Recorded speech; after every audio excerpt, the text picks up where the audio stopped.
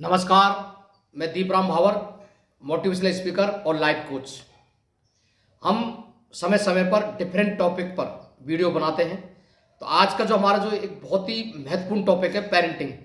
हम इससे पहले भी पेरेंटिंग पर वीडियो बना चुके हैं, लेकिन आज उनसे थोड़ा अलग टॉपिक है, उस पर हम डिस्कस करेंगे। तो उस टॉपिक पर आगे बढ़ने से पहले हम आपसे हमारे जो बुक है इसके बारे में बताना चाहेंगे। यह है मोटिवेशनल बुक है, या आप मेरे हाथ में जो देख रहे हैं, ये इसको हम पूरे देश भर में हजारों लोगों को दे चुके हैं। तो इसकी फिजिकल कॉपी हर जगह पहुंचाना पॉसिबल नहीं है, तो हमने एक एनजीओ बनाया, सेव आवर अर्थ फाउंडेशन। वहां पर इसकी पीडीएफ कॉपी हमने अपलोड कर रखी है। तो आप उसको वहां से डाउनलोड करके, प्रिंट करके, या मोबाइल में या कंप्यूटर में आप कैसे भी पढ़ सकते हैं। और इसको आसानी से प्राप्त करने के लिए बहुत ही एक सिंपल तरीका है। आप मेरा नाम दीपराम भावर या मेरा मोबाइल नंबर 9414002289 आप गूगल सर्च करें, तो वहाँ पर हमारे जो एनजीओ का नाम ऊपर ऊपर आ जाएगा और इस बुक के बारे में आ जाएगा। तो वहाँ पर इसको आप पढ़ सकते हैं या आप इसको डाउनलोड कर सकते हैं। तो हम आज का जो हमारा जो टॉपिक है बहुत ही एक स्पेशल है, पेरेंटिंग। देखिए, कोई भी जब बच्चा पैदा होता है तो उसका सबसे ज़्यादा जो इफेक्ट है वो किसका पड़ता है? पेरेंट्स का पड़ता है। पेरेंट्स में कौन है? उसके मम्मी पापा है। परिवार में जो दूसरे जो मेंबर हैं, जैसे दादा दादी हैं, बुआ है, चाचा है, चाची हैं, उन सबका ओवरऑल जो इफेक्ट है वो क्या पड़ता है? बच्चे के ऊपर पड़ता है। इसी को हम पेरेंटिंग बोलते हैं। फिर उसके बाद उसके संगत का असर पड़ता है, गुरुजनों का असर पड़ता है। लेकिन आज हम देख रहे हैं बहुत सारे बच्चे, हम पर्टिकुलर शहर का यहाँ पर नाम नहीं लेना चाहेंगे, लेकिन एक भीड़ और भेड़ चाल जो है, बहुत सारे जो बच्चे की उनके अंदर वो कैपेसिटी नहीं है, उनके अंदर वो एबिलिटी नहीं है। लेकिन कई जो पेरेंट्स हैं वो ये सोचते हैं कि हम जिंदगी के अंदर ये नहीं कर पाए तो हमारे बच्चा ये करे। मान लो वो आईआईटी उसने एग्जाम में वो सफल नहीं हो पाए, लेकिन जबरदस्ती मान लो उस बच्चे का मन नहीं है आईआईटी के एग्जाम देने का या नीट का एग्जाम देने का, नहीं। और कई उसके उतने उसके जो पढ़ाई के अंदर उतना उसका लेवल भी नहीं है। मान लो उसके 60% ही है, नहीं, लेकिन फिर भी उसका मन नहीं है आईआईटी की एग्जाम देने का या नीट के एग्जाम देने का। लेकिन ऐसे भी कई केस हैं जिनके 10th के अंदर मोर देन 95% आए, लेकिन उनका इंजीनियरिंग जाने में उनका मन नहीं है। वो सीए बनना चाहते हैं, लेकिन पेरेंट्स चाहते हैं नहीं तू इंजीनियर बनेगा, अब वो भी आईआईटी में जाएगा, नहीं तू डॉक्टरी बनेगा, नहीं। तो वो ऐसे क्या है कि हमारे आज के टाइम में जो कंपटीशन है वो बच्चों से ज़्यादा पेरेंट्स के अंदर है। वो देखेंगे कि उसका बच्चा उस कॉलेज के अंदर पढ़ता है या उसका बच्चा उस स्कूल के अंदर पढ़ता है।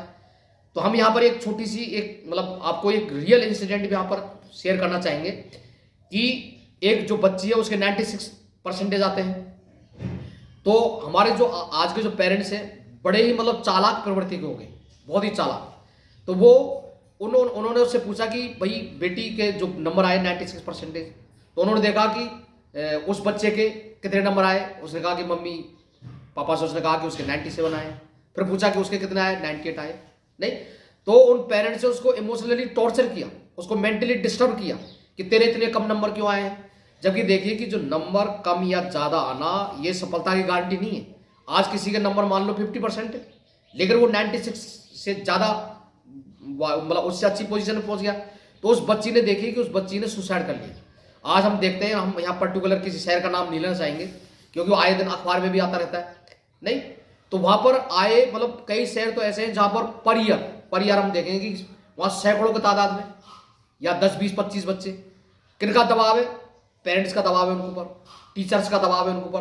और देखिए कि बच्चा देखिए 8th क्लास के अंदर या 7th क्लास के अंदर उसका अंदर आप आईआईटी का फाउंडेशन कोर्स करने का दबाव डाल रहे हैं, यानी नीट का फाउंडेशन का कोर्स डालने की दबाव डाल रहे हैं, नहीं।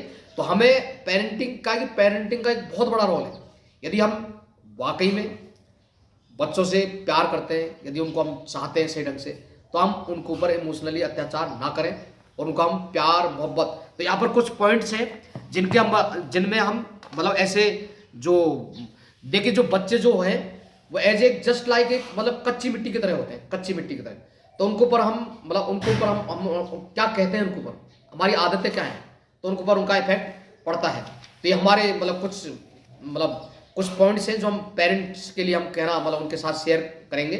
हम बच्चों को मतलब प्रताड़ित नहीं करें, मतलब उनको टॉर्चर ना करें।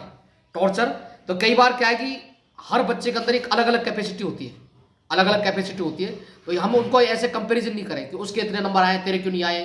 तो क्या है कि इससे जो बच्चा एक मतलब धीरे धीरे आगे बढ़ता है, वो मतलब ग्रेजुअली जिसको बोलते हैं हम, धीरे धीरे। मान लो आज उसके 60% आए, हो सकता है कि उसको आप मोटिवेट करेंगे, उसको अंदर आप मतलब उत्साहित करेंगे, उसके अंदर एक प्रोत्साहन पैदा करेंगे। लेकिन मान लो उसको आपने डिप्रेशन पैदा कर दिया तो 60 की जगह हो सकता है फेल हो जाए वो। लेकिन आप उसको धीरे धीरे आप मोटिवेट करेंगे। एक मैं आपको यहाँ पर एक इंसिडेंट देना चाहूँगा जो कि रियल लाइफ का है। एक लड़का जो कि पीसीएम में फेल हो गया हो 12th के अंदर, लेकिन देखिए कि जो मोटिवेशन पेरेंट्स का हो या टीचर का हो, उसके पेरेंट्स कितने अच्छे थे। उसके सिर के ऊपर हाथ रखा, उसके दोस्तों ने उसको समझाया, बहुत सारे ने, टीचर ने उसको समझाया कि कोई बात नहीं बेटा, इस साल फेल हो गया तो क्या हुआ, अब की बार और मेहनत कर, मतलब अच्छी मेहनत कर। तो देखिए अगली बार उसको मोटिवेट किया, मतलब उसके पेरेंट्स ने किया, टीचर ने किया। लेकिन मान लो उसको वो डिमोटिवेट कर देते कि तू नालायक है, तू पढ़ता नहीं है। लेकिन उसको समझाया कि कोई नहीं, लेकिन उसने अगले बार अच्छी मेहनत की। उसने अच्छी मेहनत करने के बाद उसने 12th भी पास किया। और 12th के बाद उस समय पीटी की एग्जाम होती थी, पीटी उसने उसी फर्स्ट अटेम्प्ट में निकाल ली और आज वो मतलब एक कंपनी के अंदर बहुत अच्छी पोजीशन पे है वो। लेकिन ये देखिए ये होती है मतलब एक अच्छी पेरेंटिंग का नतीजा, मोटिवेट का नतीजा। तो हम क्या है कि वो मतलब फेल हो गया लेकिन फिर भी सक्सेस हो गया। कईयों को 80% आते हैं, 90% आते हैं, फिर भी हम मेंटली उनको टॉर्चर कर रहे हैं।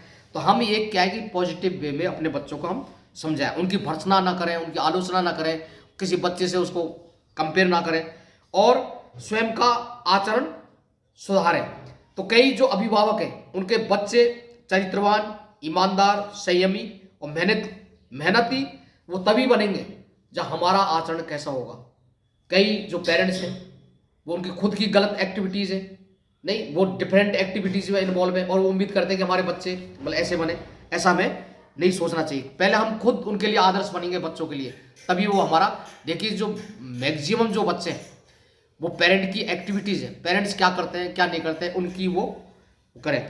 और किशोर में जो बच्चे हैं उनको भटकने से बचाएं, भटकने से उनको बचाएं कि उनको समय समय पर उनके ऊपर आप एक तरीके से उनके ऊपर निगरानी रखें कि बच्चे क्या कर रहे हैं क्या नहीं कर रहे हैं। उनको प्यार मोहब्बत से उनको समझाएं और तो ये इस तरीके से उनको और उनके ऊपर मतलब उनके साथ शाम के टाइम में जब आपको वक्त मिले, या वक्त तो आपको निकालना ही पड़ेगा, नहीं डिनर या लंच उनके साथ बैठे तो दो बातें हो जाएंगी नहीं। और बच्चों में एक आर्थिक अनुशासन लागू करें। आर्थिक अनुशासन मीन्स कई कई कई पेरेंट्स बहुत पैसे वाले हैं, बच्चों से पूछते ही नहीं भाई तुझे पैसे किस लिए चाहिए, क्यों चाहिए, कहाँ पर इसको खर्च करेगा। तो बच्चे क्या गलत संगत में पड़ जाते हैं, नहीं वो गलत शौक में पड़ जाते हैं, मदिरा पान की तरफ चला जाते हैं, सिगरेट गुटखे वगैरह वगैरह जो भी है। तो हम क्या है कि उनको एक मतलब एक ये डांट फटकार के नहीं, उनको एक प्यार मोहब्बत से हम उनको समझाएं कि आपका एक ज़िंदगी बनाने का समय है, ज़िंदगी में आगे बढ़ने का समय है।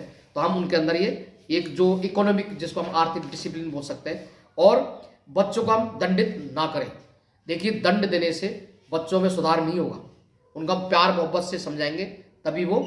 यदि हम उनके अंदर हम दंडित करेंगे तो कई बच्चे स्वभाव से बहुत ही क्रोधी अहंकारी होते हैं और बार बार वो झगड़े वगैरह करते हैं। लेकिन यदि हम उनको प्यार मोहब्बत से समझाएंगे तो उनको सही ट्रैक पे ला सकते हैं और बच्चों को हम आत्मनिर्भर बनने दें।